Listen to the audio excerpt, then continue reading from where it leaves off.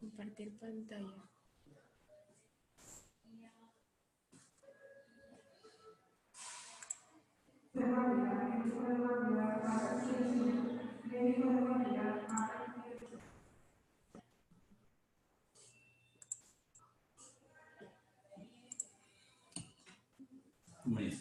Ya, estoy viendo acá el brillo.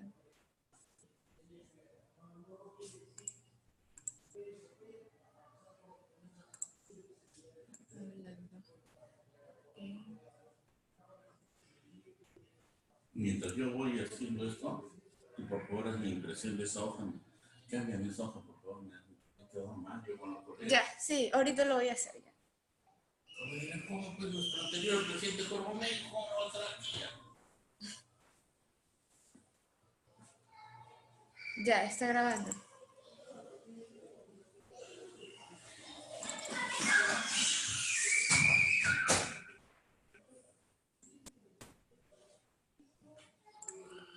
Ahí está. Igual la chica lo edita, o sea, ya está, pero la chica edita el video. Amigos, bienvenidos nuevamente al curso modular. Vamos a hablar ahora sobre los conceptos de SIR, sepsis, shock séptico. Hace algunas décadas, la humanidad recién ha descubierto que existen agentes que no podemos ver, que provocan enfermedades que son deleterias para la especie humana, que pueden provocar incluso morbilidades severas o muerte. Hace pocas décadas también la humanidad ha descubierto medicamentos que pueden protegernos, combatir estas enfermedades que le hemos llamado enfermedades infecciosas. Y esto pues ahora se ha estudiado, se ha profundizado y la ciencia cada vez tiene más avances sobre esto. Bueno, en este devenir histórico han surgido conceptos que se plasman en los llamados consensos mundiales, y del que vamos a referirnos ahora es sobre el segundo gran consenso mundial. Posterior a esto existió o existe el tercer gran consenso mundial, que es el relativo al SOFA y al Quick SOFA. Pero bueno, vamos a iniciar entonces a hablar sobre este importante tema. Debemos recordar que en lo que compete a la obstetricia existen causales infecciosos que se repiten, de tal manera que la pielonefritis, el aborto incompleto, infectado, la coronaritis, la tromboflebitis pélvica y la endometritis pueden desarrollar fenómenos de bacteriemia. Debemos recordar también que en el mundo el 70% de las muertes en gestantes por infección son evitables. ¿Cómo así? Se ha observado de que la sepsis viene a constituir la tercera causa en frecuencia de muertes maternas en el mundo, pero sobre todo en los países más pobres. Entonces, en los países más pobres es donde ocurren muertes maternas por procesos infecciosos asociados. Sin embargo, en los países con mayor poder adquisitivo, en los países industrializados, es raro ver muertes por esta causa. De allí que ya hace mucho tiempo se haya afirmado que la mayor parte de estas muertes por infecciones en embarazo son evitables. Bueno, ¿cómo inicia un proceso infeccioso en una persona? En una gestante, recordemos, existen dos cavidades a los que pueden alojarse, anidarse los gérmenes. Estas dos cavidades son el útero y la vejiga con las vías urinarias.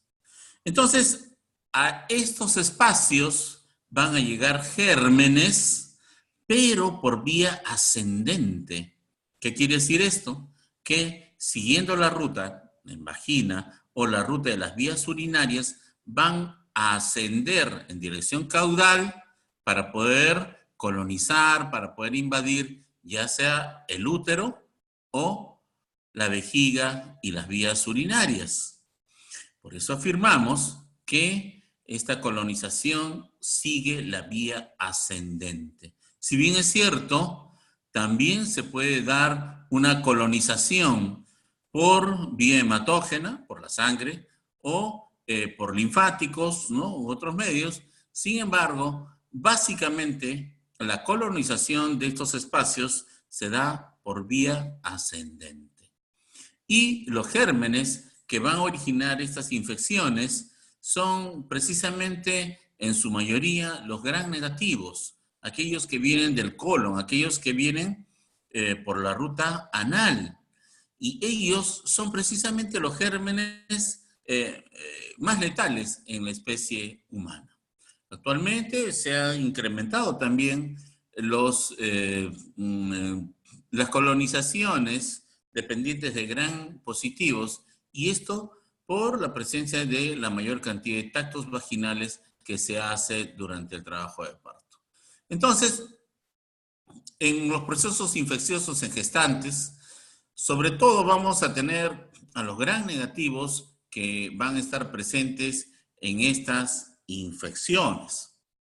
Bueno, ahora vamos a abordar los conceptos de sepsis, de SIRS, ¿no? De infección, de bacteriemia. Bueno, mira, esto corresponde ya a consensos que se han dado en el ámbito médico mundial desde inicios de la década del 90.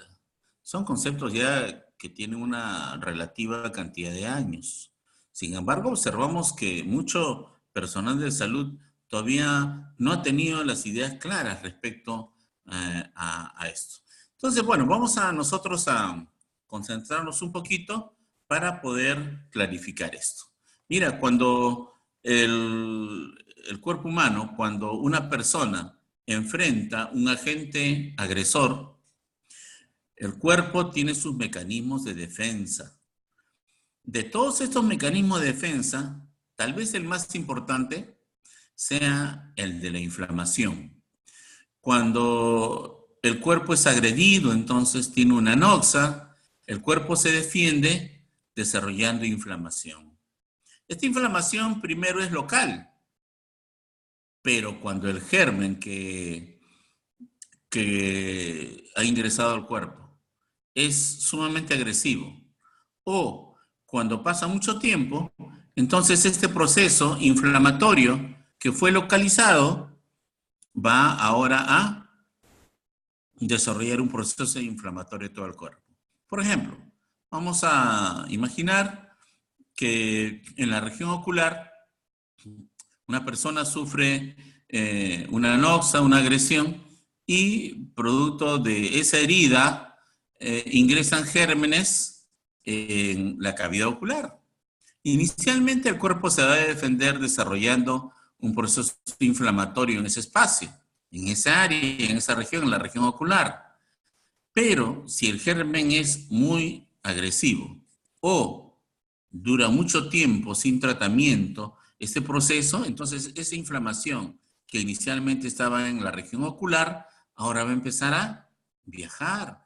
Primero va a viajar a las zonas más vecinas, en la cabeza en este caso, y luego va a empezar a diseminarse en el cuerpo.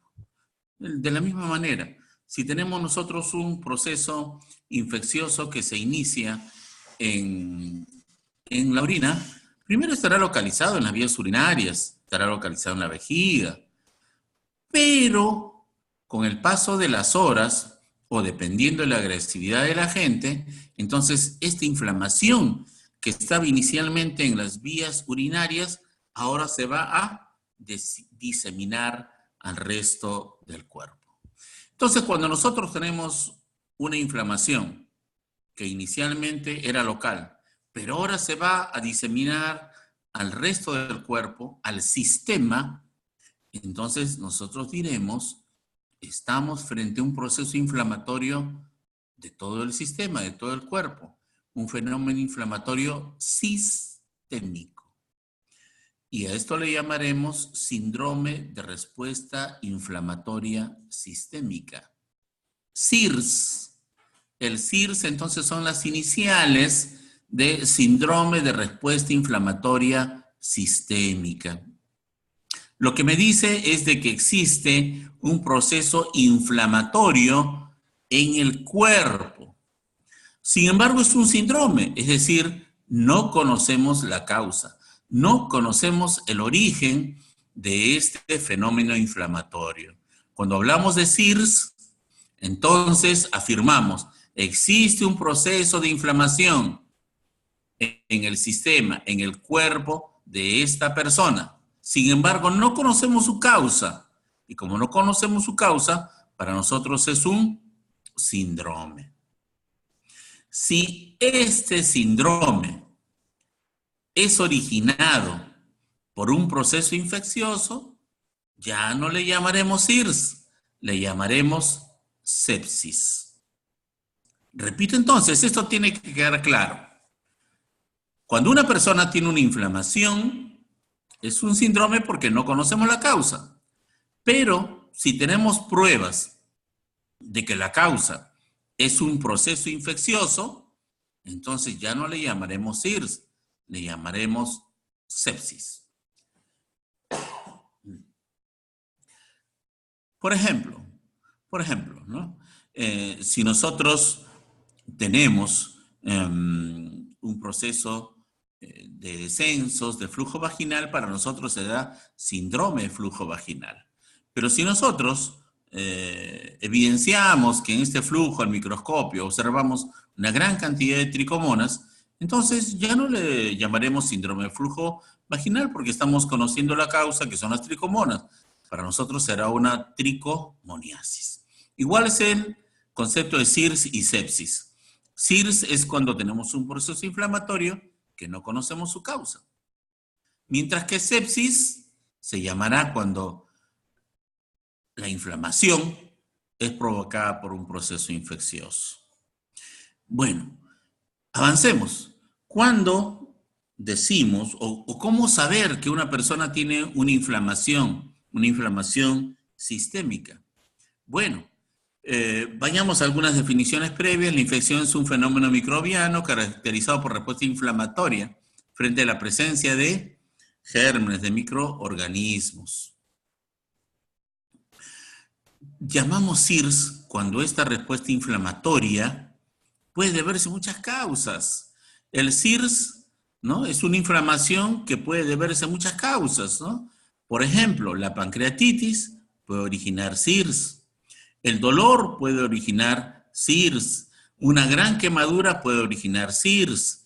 Un infarto cardíaco puede generar SIRS. Una descompensación diabética puede originar SIRS. Entonces, el SIRS puede ser originado por diversas causas.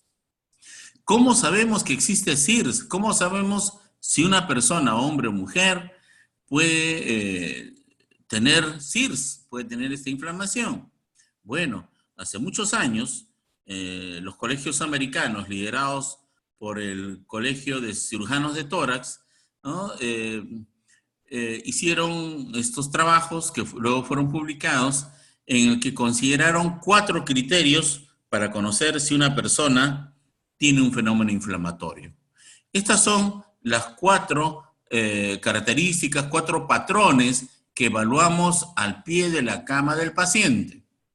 Es decir, se optaron criterios que fuesen fácilmente identificables en una persona. Mira, son 4 criterios: la temperatura, la frecuencia cardíaca, la frecuencia respiratoria y un hemograma básico. Un hemograma que puede realizarse en un puesto de salud. Bueno, vayamos a cada uno de ellos. Mira, la temperatura. Si los gérmenes están en capacidad de provocar hipertermia o hipotermia, entonces nosotros diremos está cumpliendo un criterio que es el de temperatura. Para decir que se está cumpliendo con este criterio de temperatura es cuando el paciente tiene 38 grados centígrados o más, o también cuando el paciente tiene menos de 36 grados centígrados. El otro criterio es el de la frecuencia cardíaca.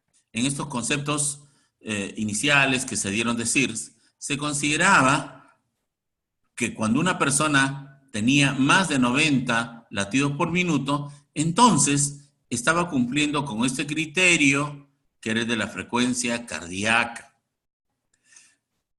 Otro criterio es el de la frecuencia respiratoria. Si una persona tiene más de 20 respiraciones por minuto o una PaCO2 menor de 32 milímetros de mercurio, entonces decimos, este es un criterio de Sears. Y finalmente, un hemograma básico, es decir, un hemograma que puede tomarse en un centro de salud, ¿no? Si nosotros tenemos que este hemograma me indica que existen más de 12,000 leucocitos o que existen menos de 4,000 leucocitos o que existen más de 10% de abastonados, entonces yo diré, este es un hemograma patológico. Repito, esto tiene que quedar claro. Este cuarto criterio de Sears clásico, porque el Sears clásico tiene 4 criterios, este cuarto criterio de laboratorio básico, de un hemograma básico, tiene 3 patrones. O bien decimos que es patológico cuando tiene más de 12,000 leucocitos o cuando tiene menos de 4,000 leucocitos o cuando tiene más de 10% de abastonados. Cualquiera de esas 3 condiciones me va a permitir clasificar como hemograma patológico. Por ejemplo, un hemograma que me diga 8,000 leucocitos con 20% de abastonados. ¿Es un hemograma patológico? Repito, un hemograma que me indique 8,000 leucocitos con 20% de abastonados. Claro que es un hemograma patológico. Entonces, son 3 los criterios para considerar o no un hemograma como patológico. Muy bien, amigos, miren, de estos 4 criterios, si nosotros tenemos 2 de ellos que están presentes, 2 de ellos que son positivos, por decirlo de alguna manera, entonces decimos, esta persona tiene un proceso inflamatorio en su cuerpo. Esta persona tiene una respuesta inflamatoria sistémica, tiene Sears. Incluso te va a indicar cuándo es más severa. En el caso de la temperatura, si nosotros tenemos hipotermia, es decir, menos de 36 grados de temperatura, nosotros diremos, este paciente está muy mal, está en peores condiciones que el que tiene más de 38 grados. ¿Por qué? Porque está perdiendo la capacidad de respuesta del organismo, ¿no? Está desfalleciendo porque ya no tiene la capacidad de hacer fiebre. Cuando nosotros tenemos un hemograma que me indican que tiene menos de 4,000 leucocitos, ¿no?, por campo, entonces yo diré, la condición de este paciente es muy delicada. Es peor que aquel que tiene más de 12,000. ¿Por qué? Porque ya la persona está perdiendo la capacidad de respuesta con leucocitos. Los leucocitos se están agotando en la lucha, en la batalla contra los gérmenes. Por eso está disminuyendo la cantidad de leucocitos. Entonces, estos 4 patrones son importantísimos. Debemos de recordarlos siempre, porque esto nosotros vamos a hacerlo al pie de la cama del paciente. Nos va a permitir la clasificación de una manera rápida, económica, al pie de la cama del paciente. Estos son los 4 criterios de Sears. De ellos, si tenemos 2 presentes en un paciente, nosotros afirmaremos que el paciente está cursando con un fenómeno de Sears.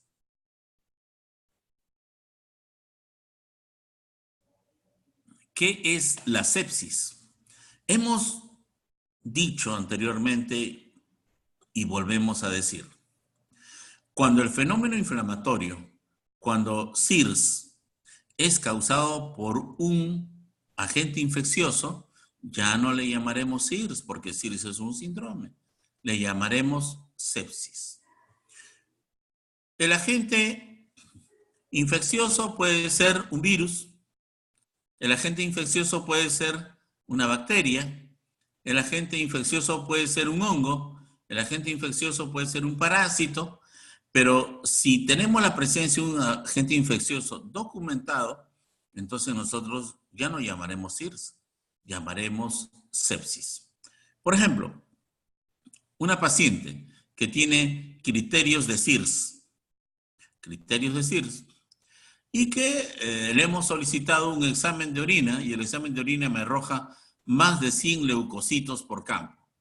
Entonces yo ya no le llamaré SIRS, ¿no? Lo que corresponde es decir, esta paciente tiene un fenómeno séptico. La paciente tiene una sepsis de foco urinario. Ese es el nombre correcto. Sepsis de foco urinario. Otra forma de decirlo es urosepsis. Entonces, esto es lo correcto, ¿no? Lo correcto hablar cuando ya tenemos la documentación de un proceso infeccioso.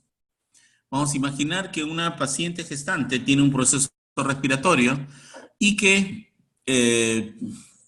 le pedimos una radiografía de tórax y en el resultado vemos de que hay un fenómeno de consolidación y entonces nosotros decimos, bueno, esto es una neumonía aguda, tiene el síndrome de condensación y entonces yo afirmaré, esta es una sepsis de foco respiratorio.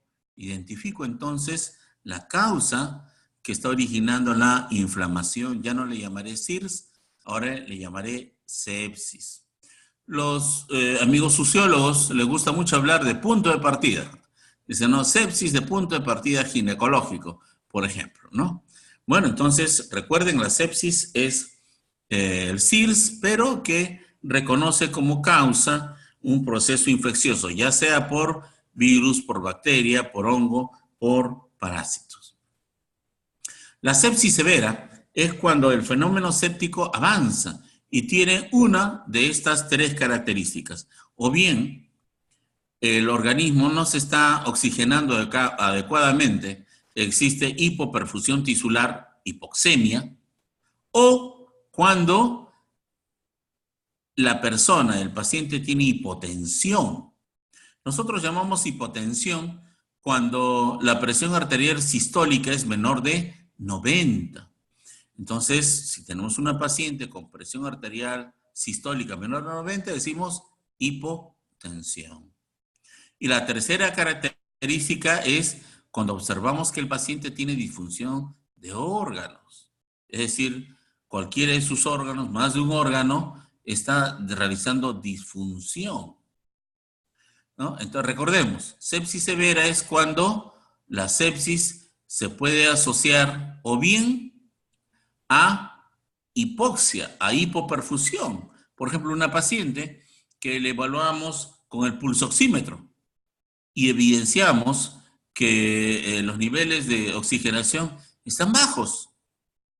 O cuando observamos que esta paciente está con hipotensión, es decir, presión arterial sistólica menor de 90. O cuando solicitamos exámenes, por ejemplo, y evidenciamos que hay disfunción orgánica, por ejemplo, ¿no? Que las transaminasas estén elevadas, por ejemplo, o que la creatinina esté elevada. Es decir, cualquier evidencia de una disfunción orgánica de uno o más órganos me va a indicar la severidad de este cuadro y eso le llamaremos sepsis severa.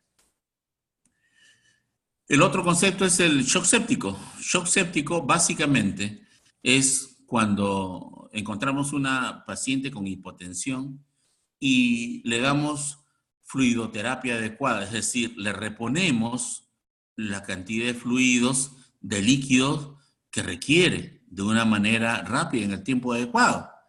Y a pesar de ello, la presión sistólica sigue en menos de 90.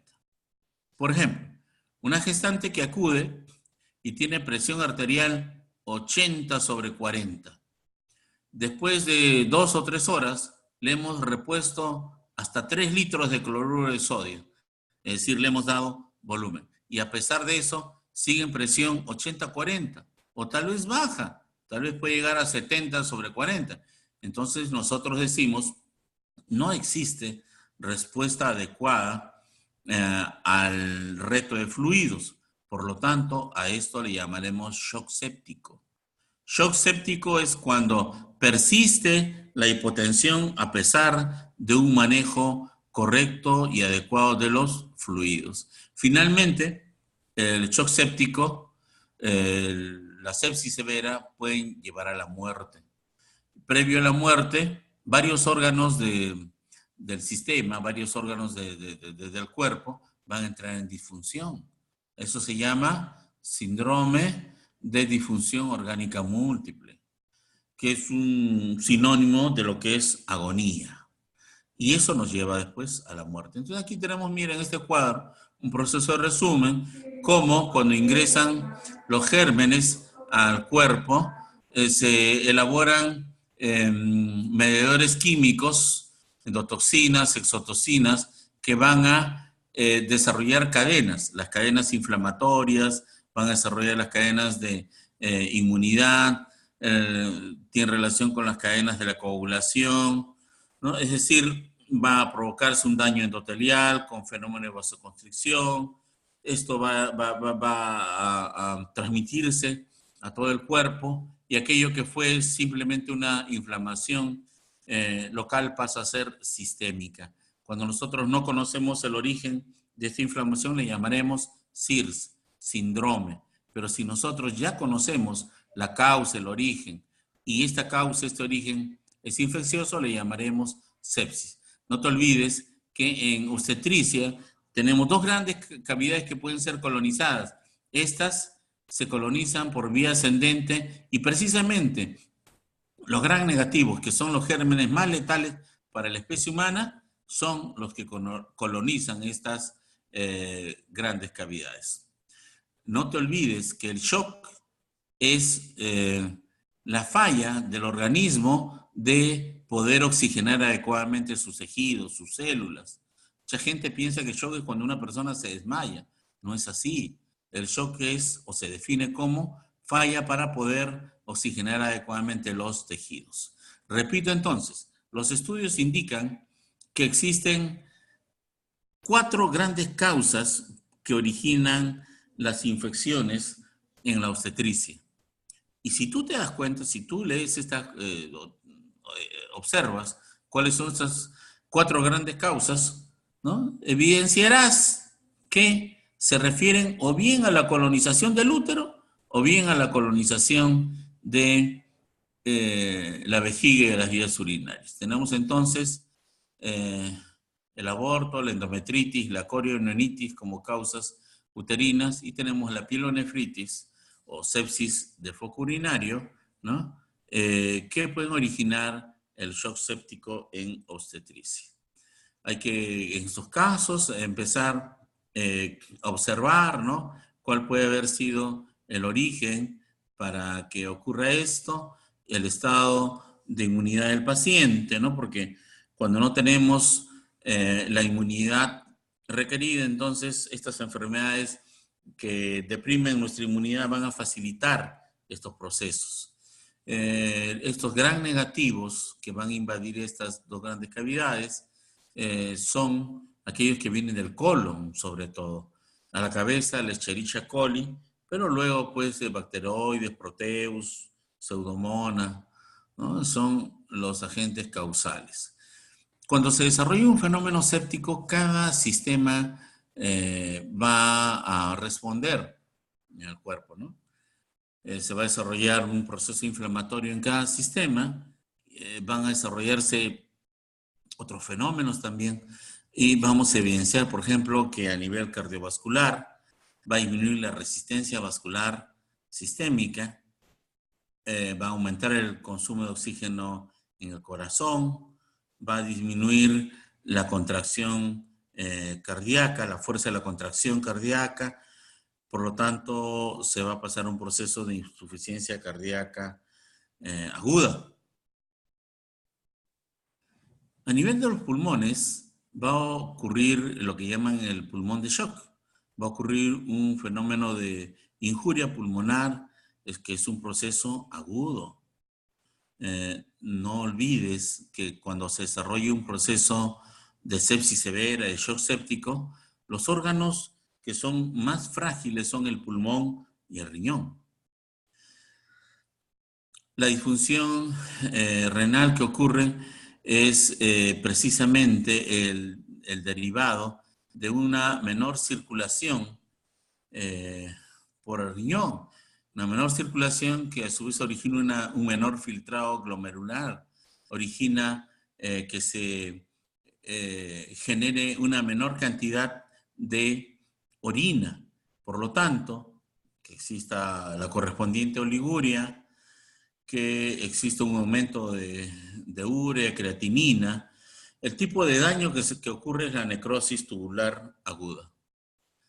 La disfunción hematológica es importantísima, ¿no? Porque se van a activar las vías intrínseca y extrínseca de la coagulación, va a haber una mayor facilidad para que se desarrolle un fenómeno trombótico y primero un fenómeno de coagulopatía de consumo y posteriormente un proceso de coagulación intravascular diseminada. El CID es un proceso muchas veces terminal y que es muy difícil de poder ser controlado. En estas disfunciones el hígado también va a desarrollar un fenómeno isquémico a nivel intestinal, se van a provocar fenómenos de hilio intestinal, por eso observamos el paciente con el abdomen distendido, se van a provocar fenómenos de hemorragia digestiva alta, el paciente perdiendo sangre por boca, ¿no? Entre otros fenómenos. En el sistema nervioso central ocurre hipoxia con los fenómenos de encefalopatía y alteración de sensorio. Bueno, cuando nosotros tenemos un paciente gestante que tiene fiebre, escalofríos, o taquicardia, o hipotermia, o leucocitosis, tenemos que sospechar entonces que estamos frente a un fenómeno séptico. Si es así, evidenciar cuál pudo haber sido el curso clínico que ha seguido el paciente. En el examen nosotros tenemos que evaluar qué tan grave está el paciente, observar si tiene hipotensión, si tiene oliguria, si tiene hemorragia, si tiene trombocitopenia, anuria, cianosis, ictericia, buscar aquellos fenómenos que van a indicar ya gravedad en este paciente. Pero ojo, tenemos que hacer el diagnóstico diferencial. Muchas veces pensamos que estamos frente a un proceso infeccioso, cuando en realidad estamos frente a un infarto, frente a una pancreatitis, que es común en las gestantes, frente a un fenómeno de cetoacidosis diabética, frente a una anafilaxia. Es decir, existen muchas causales de CIRS. Por ello es que tenemos que hacer diagnóstico diferencial. Inicialmente, cuando recién inicia, debido al fenómeno de vasodilatación que ocurre en este caso, el shock temprano se va a caracterizar porque tenemos una persona que tiene la piel caliente, está chaposo, está rubicundo. Y bueno, el personal de salud asocia a un paciente mal cuando tiene pues vasoconstricción, está pálido, está frío, ¿no? Como el caso de la hipovolemia, que el shock hipovolémico. Sin embargo, la fisiopatología de este fenómeno séptico es distinto. El paciente inicialmente no va a estar pues ni frío ni pálido, sino va a estar al revés. Va a estar rubicundo, caliente, y eso confunde al personal de salud. Entonces, en la primera etapa, en el shock temprano, en el shock caliente, el paciente está con la piel caliente, rubicunda, tiene características de taquipnea, hipotensión, eso es cierto, eso sí se da, ¿no? Pero cuando ya pasan las horas, el paciente se agrava, ya se van a encontrar signos ya distintos. Ahora ya no va a haber vasodilatación, sino vasoconstricción periférica. ya el riñón va a dejar de filtrar, van a entrar a oliguria poco a poco, va a ocurrir el pulmón de shock, vas a tener distrés respiratorio, vamos a tener signos, síntomas de acidosis metabólica, podemos evidenciar algunas características ya de la microtrombosis, es decir, vamos a evidenciar las características de un fenómeno avanzado. Y cuando ya el proceso se torna en irreversible, le llamamos shock secundario, encontramos un paciente obnubilado, un paciente que ya no produce orina, que está en hipoglicemia, en CID, en falla cardíaca, etc. Los exámenes que vamos a solicitar son aquellos que me indiquen la disfunción de órganos. Dentro de estos exámenes auxiliares debo considerar aquellos que me evidencien, que me den señales de cómo está el estado metabólico del paciente. A la cabeza de ellos, el AGA, los electrolitos. Vamos a solicitar también dosaje amilasa para el caso de pancreatitis, solicitar el electrocardiograma para evidenciar si es que el paciente ya está con el desarrollo de insuficiencia cardíaca. Vamos a solicitar radiografía de rayos X, por ejemplo, ¿no? Para ver los fenómenos de Eaglein, etc. Es decir, los exámenes a los que solicitemos un paciente tienen que estar en relación con las complicaciones que puede tener. ¿Cómo monitorizamos a un paciente séptico? Bueno, hemos dicho que esta disfunción de órganos, este proceso inflamatorio, este proceso de daño de órganos, me va a alterar el estado de conciencia. Tengo que evaluar cómo está el estado de conciencia, cómo está la formación de la orina, cómo está la temperatura, los signos vitales, cómo está el estado metabólico, tengo que repetir los AGAs, manejar al paciente con pulso oxímetro, evidenciar cómo está su oxigenación. Básicamente de eso se trata. Muy bien, entonces hemos hecho un viaje corto por el fenómeno infeccioso, ¿no? en una persona y cómo este va a diseminarse al cuerpo, qué características son las que nosotros vamos a encontrar en una persona que pueda tener estos daños. Muy bien, continuaremos el módulo con el siguiente tema.